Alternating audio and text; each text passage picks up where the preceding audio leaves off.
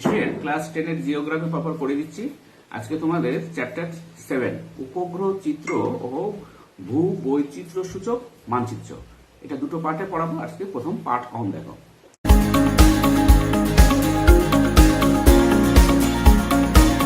উপগ্রহ চিত্রের ধারণা। উপগ্রহ চিত্র বা স্যাটেলাইট ইমেজারি কথার অর্থ কৃত্রিম উপগ্রহ থেকে সংগৃহীত পৃথিবীর আলোকচিত্র। এই যে পৃথিবীতে মাধ্যমে পৃথিবীতে বিভিন্ন কৃত্রিম উপগ্রহ আমরা যে পাঠিয়েছি, হ্যাঁ, এইগুলোর মাধ্যমে তো এখন তো একটা বিপ্লব এসে গেছে। এখন আমাদের কাছে নেট, ইন্টারনেট এগুলো কোনো অপরিচিত শব্দ নয়। মহাকাশে যে কৃত্রিম উপগ্রহ উৎক্ষিপ্ত হয়, সেই উপগ্রহ পৃথিবীর কোনো নির্দিষ্ট বস্তুর সংবেদ বা সেন্স গ্রহণ করে। ওই সংবেদকে কম্পিউটারের সাহায্যে মানচিত্রে বা ফটো ইমেজে পরিবর্তিত করা হয়। কৃত্রিম উপগ্রহের মাধ্যমে সংগৃহীত সেই চিত্রাবলী উপগ্রহ চিত্র বা স্যাটেলাইট ইমেজারি নামে পরিচিত। দূর সংবেদন ব্যবস্থায় স্যাটেলাইটের ব্যবহার সবচেয়ে বেশি। দূর সংবেদন মানে রিমোট সেন্সিং ইংরেজিতে বলতে বোঝায় কোনো বস্তু, ক্ষেত্র বা উপাদানকে স্পর্শ না করে দূর থেকে বিজ্ঞানসম্মত উপায়ে ওই বস্তুর উপাদান বা ক্ষেত্র সম্পর্কে তথ্য সংগ্রহ করার প্রক্রিয়া। উপগ্রহ চিত্র সাধারণত পৃথিবী পৃষ্ঠের ভূমি ব্যবহার ও ভূ আবরণ তথা ভূসম্পদ ও বায়ুমণ্ডলীয় অবস্থা সম্বন্ধে তথ্য প্রদান করে। প্রসঙ্গত, কৃত্রিম উপগ্রহের সমস্ত কাজকে পৃথিবীর থেকে নিয়ন্ত্রণ করা হয়। এই যে কৃত্রিম উপগ্রহ পাঠিয়েছি আমরা, সেগুলো থেকেই পৃথিবী থেকেই সেগুলো সব নিয়ন্ত্রিত করা হয়। ঠিক আছে। বিভিন্ন প্রকার কৃত্রিম উপগ্রহ দেখো। দু ধরনের উপগ্রহের মাধ্যমে পৃথিবীর ছবি তোলা হয়ে থাকে। একটা হচ্ছে ভূ সমলয় জিও স্টেশনারি উপগ্রহ, আর একটা হচ্ছে সূর্য সমলয় বা সান সিনক্রোনাউস, ইংরেজিতে বলে সান সিনক্রোনাউস। এটা হচ্ছে উপগ্রহ সূর্য সমলয়। একটা হচ্ছে ভূ সমলয় আর একটা হচ্ছে সূর্য সমলয় উপগ্রহ। দেখো, প্রথমে ভূ সমলয় উপগ্রহ।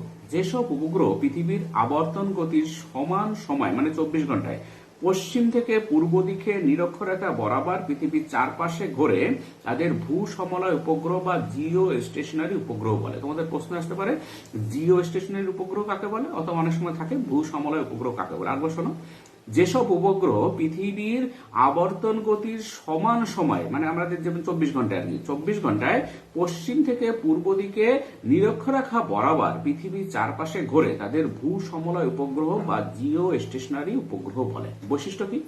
এক হচ্ছে, এসব উপগ্রহকে পৃথিবী থেকে 36,000 কিলোমিটার উচ্চতায় নিরক্ষীয় তল বরাবর একটি বৃত্তাকার কক্ষপথে স্থাপন করা হয়। দুই, এই ধরনের উপগ্রহ পৃথিবীর কোনো একটি নির্দিষ্ট জায়গারই ছবি তোলার জন্য ব্যবহার করা হয়। তিন, এদের পাঠানো ছবি মূলত আবহাওয়া সংক্রান্ত তথ্য ও যোগাযোগ ব্যবস্থার ক্ষেত্রে কাজে লাগে। চার, পরিবেশ সংক্রান্ত তথ্য প্রদান করা হয়। এই উপগ্রহের অপর নাম এনভায়রনমেন্টাল মনিটরিং স্যাটেলাইট, কারণ এটা পরিবেশ সংক্রান্ত তথ্য দেয়, সেই জন্য এর নাম হচ্ছে এনভায়রনমেন্টাল মনিটরিং স্যাটেলাইট। একটি ভূ সমলয় উপগ্রহ পৃথিবীর কেবল অর্ধেক অংশের ছবি তুলতে পারে।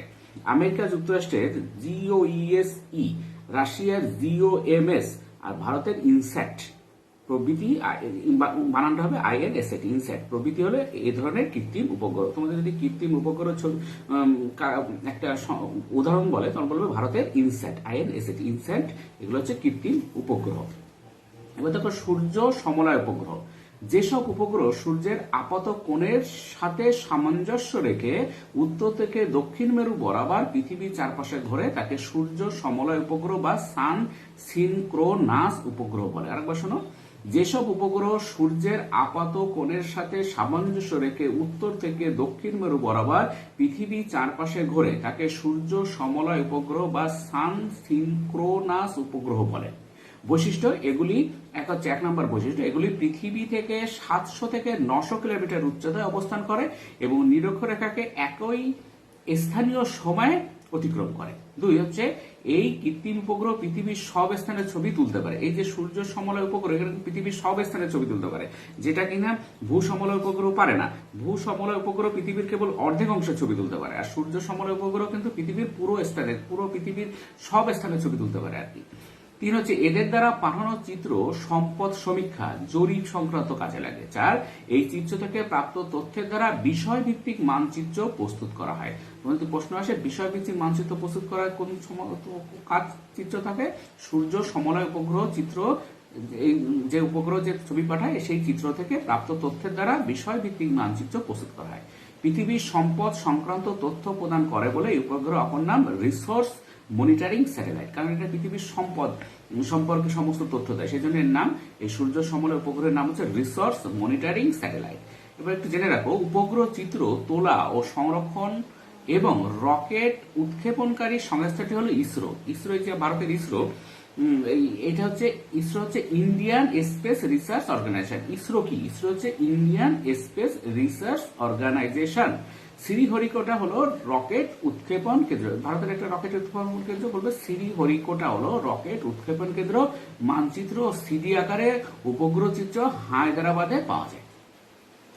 দেখো, ভূ বৈচিত্র্যসূচক মানচিত্রের ধারণা। ভূ বৈচিত্র্যসূচক মানচিত্র টোপোগ্রাফিক্যাল ম্যাপ, টোপোশিট নামেও পরিচিত।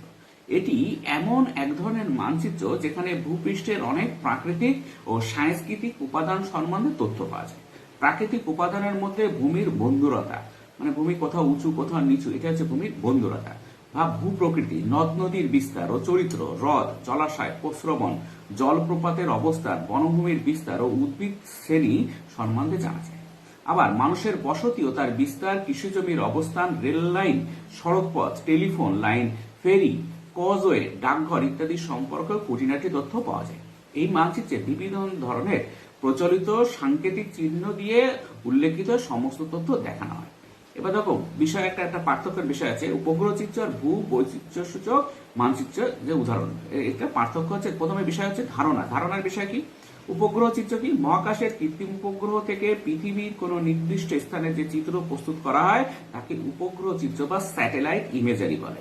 আর ভূ বৈচিত্র্যসূচক মানচিত্র কি? ভূপৃষ্ঠে জরিপ কার্যের মাধ্যমে সংগৃহীত বিভিন্ন প্রাকৃতিক ও সাংস্কৃতিক তথ্যের উপর ভিত্তি করে নির্দিষ্ট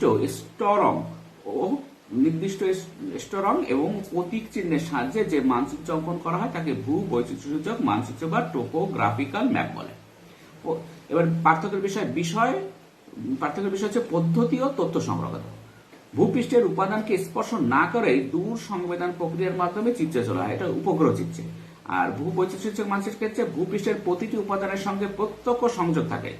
বিভিন্ন ধরনের জরিপ করে ক্ষেত্র থেকে সরাসরি প্রাথমিক তথ্য সংগ্রহ করে এই মানচিত্র প্রস্তুত করা হয়।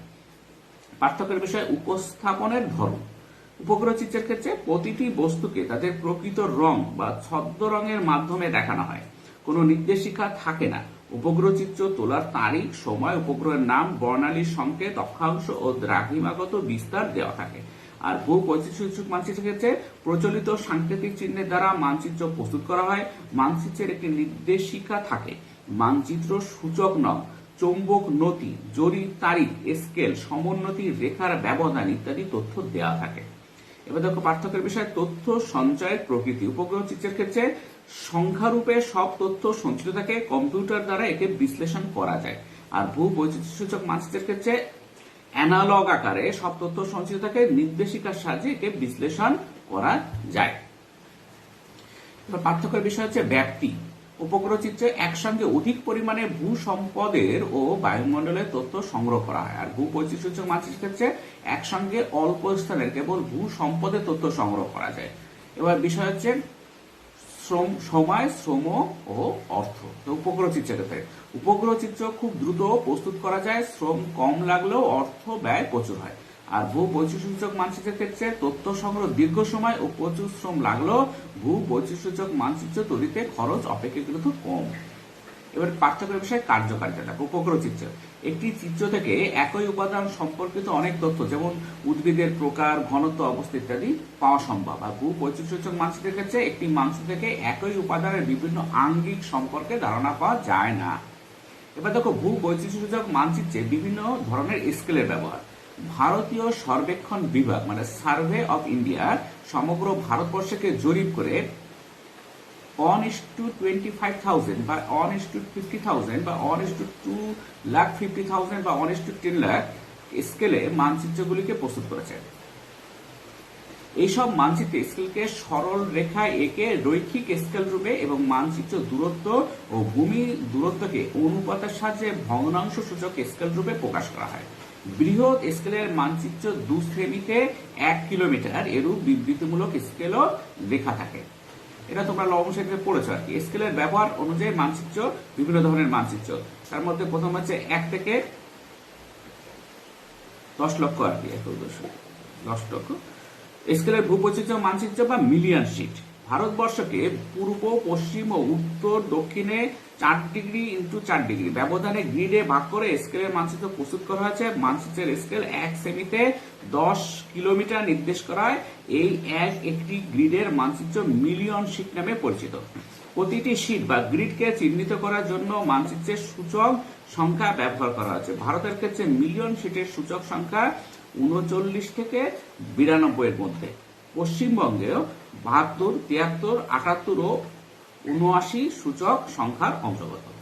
এরপরে হচ্ছে দেখো পরের স্কেলটা যেটা ভূবৈচিত্র্য মানচিত্র বা ডিগ্রি শিট। এক্ষেত্রে একটি মিলিয়ন শিটকে 1°x1° ব্যবধানে আরো 16টি অংশে ভাগ করা হয়। তাই একটি মিলিয়ন শিটের মধ্যে 16টি ভূবৈচিত্র্যসূচক মানচিত্রকে অন্তর্ভুক্ত করা যায়।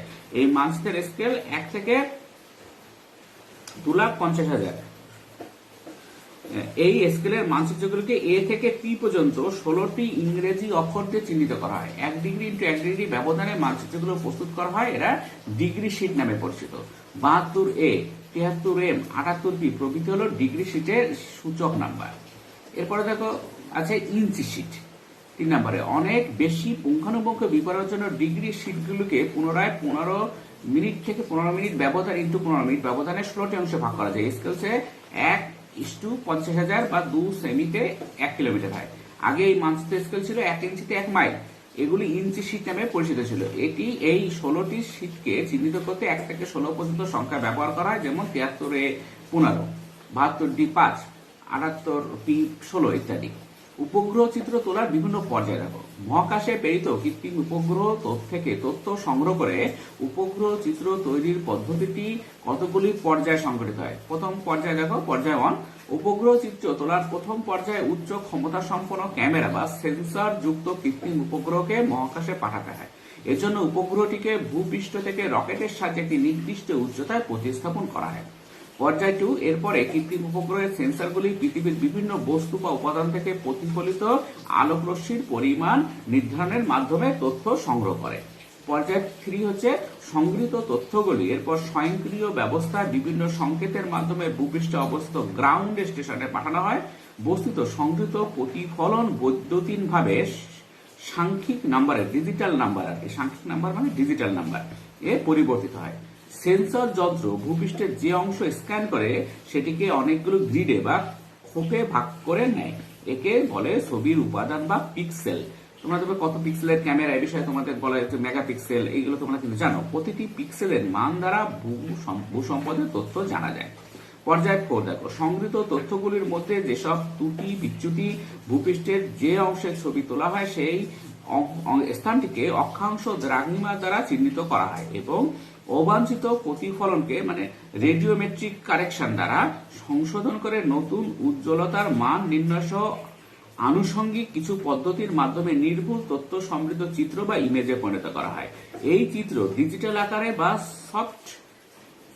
সফট কপি রূপে কম্প্যাক্ট ডিস্ক বা সিডি, যেটা আমরা বলি ইংরেজিতে বলি সিডি, বাংলা হচ্ছে কম্প্যাক্ট ডিস্ক, ও অ্যানালগ আকারে আলোকচিত্র রূপে পাওয়া যায়। এরপরে পর্যায় 5 দেখো, চিত্র বা ইমেজ তৈরি হলে সেটিকে ভিত্তি করে ভৌগোলিক তথ্য ব্যবস্থার জিওগ্রাফিক্যাল ইনফরমেশন সিস্টেম বা জিআইএস, তোমাদের প্রশ্ন আসতে পারে জিআইএস কি? জিআইএস হচ্ছে জিওগ্রাফিক্যাল ইনফরমেশন সিস্টেম সাহায্যে প্রয়োজন মতো উদ্ভিদ মানচিত্র, জলাভূমি মানচিত্র, ভূপ্রাকৃতিক মানচিত্র প্রভৃতি তৈরি করা হয়। এরপর দেখো সেন্সর। সেন্সর হলো কৃত্রিম উপগ্রহে প্রতিস্থাপিত এক বিশেষ ধরনের যন্ত্র বা ক্যামেরা বিশেষ। এটি পৃথিবীর প্রতিটি বস্তু থেকে প্রতিফলিত সূর্যরশ্মিকে গ্রহণ করে। এটি 2 ধরনের, একটা হচ্ছে সক্রিয় সেন্সর, যে সেন্সর থেকে কৃত্রিমভাবে আলো পাঠিয়ে বস্তু থেকে ওই আলোর প্রতিফলনকে কাজে লাগিয়ে দিন ও রাতে তথ্য সংগ্রহ করে, তাকে সক্রিয় সেন্সর বলে, যেমন রাডার, RADAR রাডার, বা ল্যাডার, LADR ল্যাডার। 2 হচ্ছে প্যাসিভ সেন্সর, যে সেন্সর সূর্যের প্রতিফলনের উপর নির্ভর করে কেবল দিনের বেলায় তথ্য সংগ্রহ করে, তাকে প্যাসিভ সেন্সর বলে, যেমন ফটোগ্রাফিক ক্যামেরা। তোমাদের যদি সক্রিয় সেন্সর একটা উদাহরণ দাও তখন বলবে র্যাডার। র্যাডার হচ্ছে সক্রিয় সেন্সর, আর প্যাসিভ সেন্সর হচ্ছে ফটোগ্রাফিক ক্যামেরা। তোমরা যদি বলে সক্রিয় সেন্সর কাকে বলে, আবার শোনো, যে সেন্সর থেকে কৃত্রিমভাবে আলো পাঠিয়ে বস্তু থেকে ওই আলোর প্রতিফলনকে কাজে লাগিয়ে দিন ও রাতে তথ্য সংগ্রহ করে তাকে সক্রিয় সেন্সর বলে, যেমন র্যাডার। সক্রিয় সেন্সরে দেখো দিন ও রাতে তথ্য সংগ্রহ করা হয়। আর প্যাসিভ সেন্সর যেসব সেন্সর বা যে সেন্সর সূর্যের প্রতিফলনের উপর নির্ভর করে কেবল দিনের বেলায় তথ্য সংগ্রহ করে তাকে প্যাসিভ সেন্সর বলে। শুধুমাত্র দিনের বেলায় তোলে, মানে সূর্যের প্রতিফলনের উপর নির্ভর যেহেতু করে সেজন্য শুধু প্যাসিভ সেন্সর শুধু দিনের বেলায় কিন্তু তথ্য সংগ্রহ করে। উদাহরণ হচ্ছে প্যাসিভ সেন্সরের উদাহরণ ফটোগ্রাফিক ক্যামেরা। আজকে পর্যন্ত, পরের পাঠে দেখা হবে। Thank you very much for watching.